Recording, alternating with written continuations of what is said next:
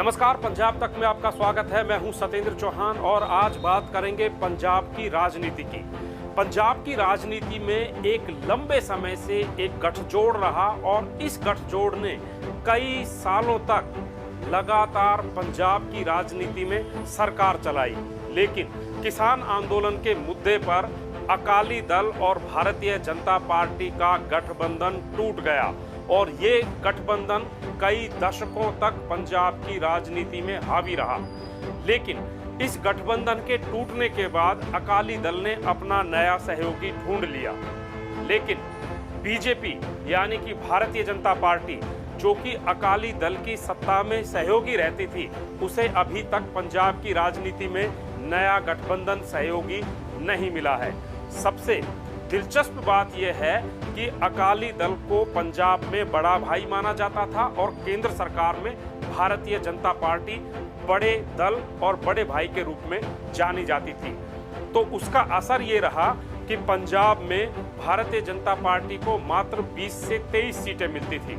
23 सीटों पर भारतीय जनता पार्टी चुनाव लड़ती थी और 117 में से बाकी सीटों पर अकाली दल चुनाव लड़ता था। अब दिक्कत यह है कि भारतीय जनता पार्टी के पास 23 सीटों के ही उम्मीदवार अब तक हैं, यानी कि भारतीय जनता पार्टी ने पंजाब में अपनी पार्टी का कोई बड़ा विस्तार नहीं किया और अब कुछ महीने बाद विधानसभा चुनाव होने हैं। तो इन चुनावों में भारतीय जनता पार्टी की सबसे बड़ी समस्या ये है कि उसे 23 से ज्यादा 117 सीटों पर उम्मीदवार उतारने होंगे। समय बेहद कम है। हालांकि दिल्ली में जेपी नड्डा ने कार्यकारिणी की मीटिंग बुलाई है। बैठक में सभी संभावनाओं को तलाशने के लिए आदेश भी दिया गया है, विचार विमर्श भी किया गया है। लेकिन सवाल घूम फिर कर वही आता है, क्या भारतीय जनता पार्टी अगर 23 सीटों से ज्यादा सीटों पर, सारी सीटों पर चुनाव लड़ती है तो उसको इतने उम्मीदवार इतनी जल्दी कैसे मिलेंगे और किस तरीके से पूरी पार्टी का ब्लूप्रिंट तैयार होगा। दूसरा विकल्प ये है कि भारतीय जनता पार्टी अकाली दल की तरह ही अपना कोई नया सहयोगी ढूंढे। तो यहाँ पर भी राह इतनी आसान नहीं है। अगर बड़े दलों की बात करें तो कांग्रेस पार्टी है, उससे भाजपा का कोई रिश्ता कभी हो नहीं सकता। आम आदमी पार्टी से भी गुंजाइश ना के बराबर है। रही अकाली दल और बहुजन समाज पार्टी, उनका गठबंधन पहले ही हो चुका है। तो ऐसे में नया अलायंस कौन हो सकता है? एक पार्टी जिसको सुखदेव ढींडसा एक मंच के नाम से चला रहे हैं, हो सकता है भारतीय जनता पार्टी का वहां गठबंधन हो। लेकिन इतने छोटे प्लेटफॉर्म के साथ भी पंजाब जैसे राज्य में सरकार बनाना कहीं ना कहीं टेढ़ी खीर साबित होगी।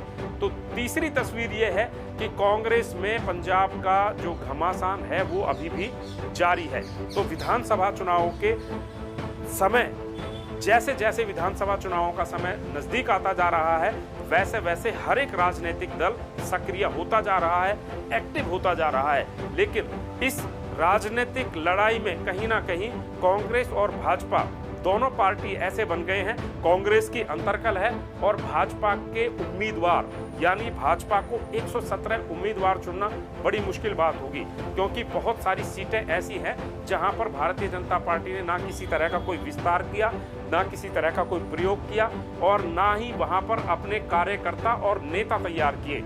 अब ऐसी सूरत में अगर चुनावों से पहले भारतीय जनता पार्टी को गठबंधन का सहयोगी नहीं मिलता है तो उनके लिए भी कहीं ना कहीं चुनाव में जाना टेढ़ी खीर साबित होगा। दूसरी बात, गठबंधन के तौर पर अब पंजाब में कोई बड़ा राजनीतिक दल बचा नहीं है। एक दो छोटे छोटे धार्मिक या राजनीतिक संगठन हैं। अगर भारतीय जनता पार्टी उनके पास जाती है तो वो कोई बहुत ज़्यादा समझदारी का काम नहीं होगा। लिहाजा भारतीय जनता पार्टी को बहुत जल्द अपनी मीटिंग्स बुलाकर तय करना होगा कि पंजाब विधानसभा चुनावों में जाना कैसे है। लेकिन राह यहाँ पर भी इतनी आसान नहीं है। अगर भारतीय जनता पार्टी अकेले भी चुनाव लड़ती है तो किसान आंदोलन अभी भी हरियाणा से लगते दिल्ली के बॉर्डर पर चल रहा है और वहाँ से जो रिएक्शंस आ रहे हैं, जो प्रतिक्रियाएं आ रही हैं, उसमें किसान नेता कोस रहे हैं लगातार भारतीय जनता पार्टी को और पंजाब में आकर रैली झलसे करते हैं तो कस्में खिलाई जाती हैं कि भारतीय जनता पार्टी के साथ नहीं जाना। तो कुल मिलाकर आने वाले विधानसभा चुनाव में भारतीय जनता पार्टी के लिए कहीं ना कहीं आगे चल पाना बड़ी मुश्किल होगी। पंजाब तक में फिलहाल इतना ही। बाकी देश, दुनिया, हरियाणा, पंजाब समेत उत्तर भारत की तमाम खबरों, जानकारियों, विश्लेषण और अपडेट्स के लिए आप हमारे साथ जुड़े रहिए। पंजाब तक को देखते रहिए, पंजाब तक को लाइक, शेयर और सब्सक्राइब करते रहिए। एक बड़ी खबर, बड़ी जानकारी के साथ जल्द आपके सामने हाजिर होंगे।